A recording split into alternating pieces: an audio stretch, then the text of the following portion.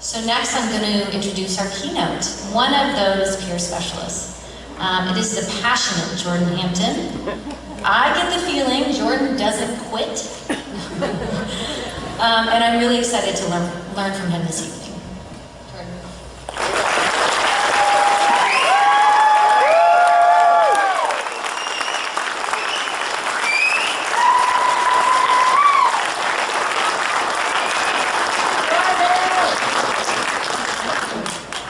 What a wild ride. John used to tell me that just do the right thing for the right reason and the right things will happen. And I believed him, I just didn't know that it would lead to this. So, I want to start this journey with you guys about a few days prior to September 1, 2016. My mom had picked me up and turned and asked me, she said, "Jordan, what are you going to do?" And a little insight in the state of mind I was in, I responded, "I think you know what I'm going to do." Because I had been feeling as if I was on some type of sick and twisted version of the Truman Show for the last couple of years. I truly believe that everyone had seen this and knew what I was going to do and knew what that answer was. And so I told her, "I'm going to SEMO." And she said, "Well, yeah, I think that's probably a pretty good idea." So the phone call to SEMO sounded something like this. I called them and I said, "Look, I know you guys have been waiting a long time for this, and I'm sure you can anticipate this phone call, but I'm ready to go to work. I'm going to live life like I used to play football, and we're going to rock this thing out." And their response was, "Well, Mr. Hampton, I'm not quite sure what you're saying, but if you're asking for bed availability, then we'll have to give you a call back on Monday." And I'm like, "Okay, yeah, of course you have to say that, I get it, for sure. I'll see you guys on Monday." And so over the weekend, I stayed with my grandparents, and Monday came around, and they called me back, and I'm not for sure if it was just because they heard the state that I was in over the phone, but luckily, reality was they did have a bed for me, and so they called and said, "Come on down, and we've got a bed ready to go for you." So I didn't have much, right? But I somehow had managed to put together a backpack full of office supplies. I don't really know where I got this stuff, but I didn't bring a bunch of clothes. I had notebooks, folders, pencils, pens, rulers. Like it was like I was going to school, like I was going to work. That's what I kept saying. So when I got there, I'd been there many times before, but this time it really was different. I had a feeling of anticipation that my life was about to change. And the difference this time was I met Colton Baker when I was at treatment this time. And so I'm sitting in group, and for those of you that know Colton, he's the coolest kid in the room.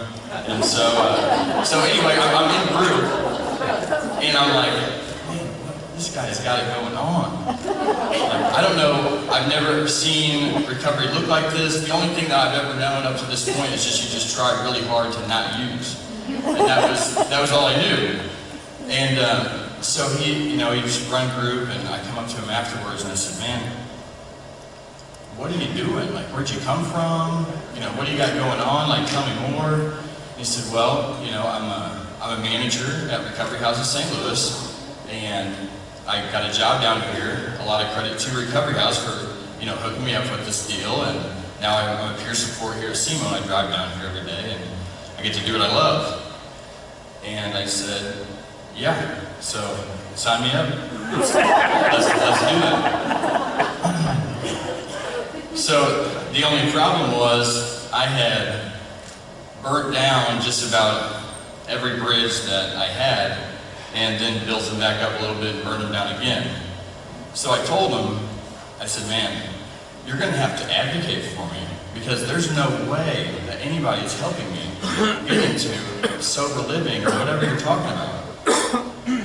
He said, okay, I can do that, man. I'll call and see if we can get worked out and just try to start working in that direction. So he did. He called my grandma and my stepdad at the time were the two that were willing to help fund this next step of my journey. And he had to drive around personally to pick $100 up from each of them. And I know that he had a great time doing that. And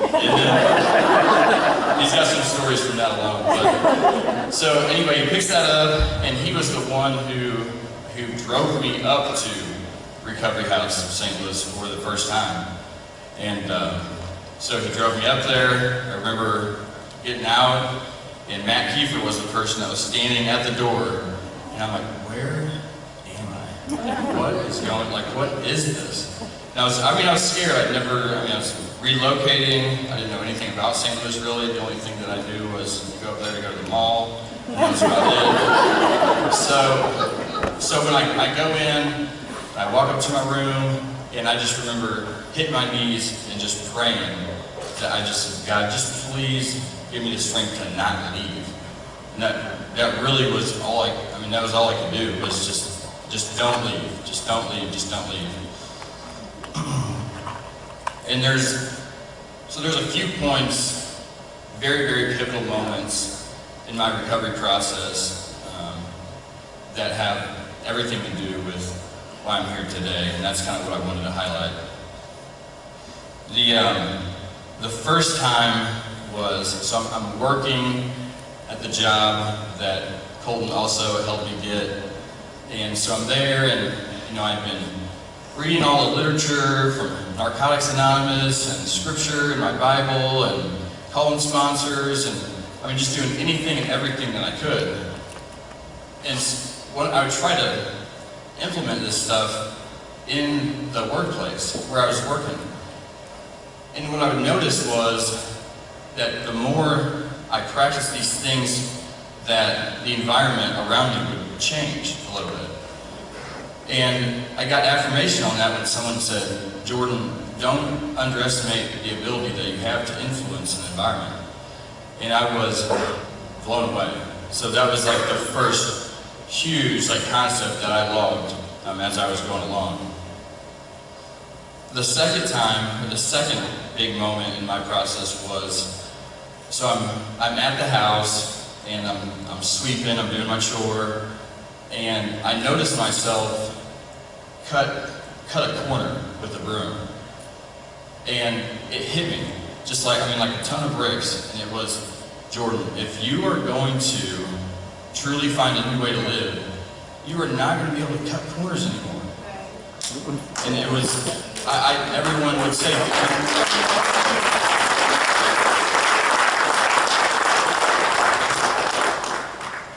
in order for me to be the best version of myself that everyone, I kept hearing and over, just be the best version of yourself. I felt it. I noticed it in that moment. It was, okay, then I can't cut corners all the way, everything I do. So, log that one. Fast forward a little bit, I'm at the house, and because of I not cutting corners, doing my chore, I was appointed the chore manager position. And so, Chris Ray and Courtney Collier were my managers at the time. And I remember them sitting me down, and they said, Jordan, this is not just a chore management position. That you are the first line of defense. You're the person that is going to be able to see what the underlying issue is behind the person not doing their chore or doing it. Consistencies, inconsistencies, patterns. And when they explained it to me like that, I fell in love. I, for the first time, had been trusted with a responsibility for something that I've been doing well. It gave me purpose. it gave me meaning, and I accepted that with honor. So after this happened, I go on to other management positions, and second in line, and second in line, and second in line, and second in line for a really long time. And then I was asked to run a house myself. And I remember calling John about this. I'm like, man, everyone is older than me. Like, you're not going to listen to what I have to say. And he said, man, just keep doing what you're doing. You probably don't have the words to say. Just be the example that you have been. And so, the last huge, I was baptized. Don't want to miss that. I surrendered my word back.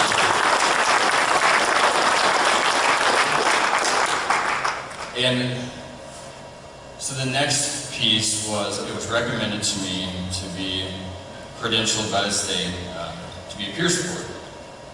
And so I said, okay.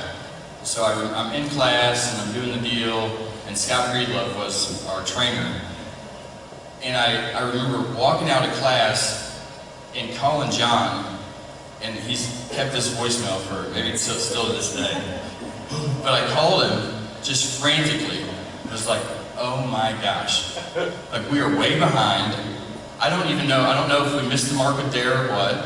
But we got to get teachers in here. We got to get coaches in here. I mean, we got to get in front of this thing, man. We are really behind. I said, maybe you do all this stuff. I don't know. And so I don't think John even really knew who I was too much at this point. I mean, he kind of is. But this is how our relationship built from that point. Because I know that, and he said, at first, man, I had to ask to see, just to make sure, like, you weren't under the influence. I didn't really know you too much, and it really sounded like you could have been. And that wasn't the case. A passion had been tapped into that I had never felt before. And, that was kind of the start of John and I really getting to know each other. He introduced me to his family. Dan and Jan introduced me to the Menzies, Neil, Percy, and Judy, and showed me what this fight was looking like. He introduced me to all of you. One of the things that he did do really well was create opportunities for the people around him. And I just so happened to be in position to receive some of those opportunities. And I got the chance to work with Gateway on their Epic project with Katie Brown and Liz Connors. And it was funny, when I was interviewing for them, I went through a series of questions and they asked me something I didn't know the answer to. And I said, look, I don't know, but what I can tell you is I'll do the right thing for the right reason. And they said, that just so happened to be their motto. So she's like, ding, ding. So that's how that started. I got to work with Bo Crisp and going around and trying to help with the standards of recovery housing in the state of Missouri. I was volunteering and getting to help out with some of the things around, with ARCA. I volunteered with ARCHway. I even got to go back to my high school and speak a little bit on my story and introduce Maurice Claret so he could share his story. And the wild thing about that is that I was our team captain in football, and 3 years later I was in a psychiatric unit across the street. And then 5 years later was back over introducing Maurice.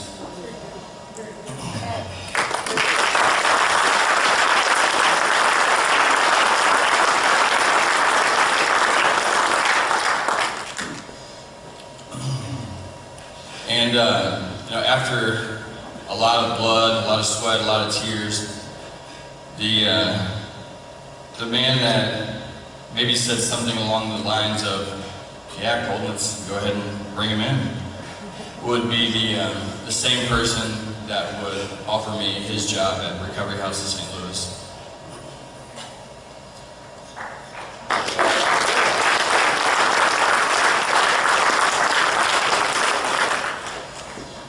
And around that time was when ARCHway asked me to be a peer with them and to be a part of their family. And around that time was when it seemed as if ARCHway was kind of making this stance and this movement for peers, and there was like maybe there is a lack of resources, but I think that ARCHway as a whole saw that there was a lack of unity. And so one of the things that we made a conscious decision to do over this past year is to collaborate with many community partners, and some of which we've heard tonight. SLU, Katie, has been fantastic to be able to work with. But they were more than, to me, and to all of you I'm sure, but to me they're more than contracts, they're more than collaborations. They're friends, right? They've been mentors to me, they gave me guidance, and we've built true, meaningful relationships. And because of that, we've been able to fight together.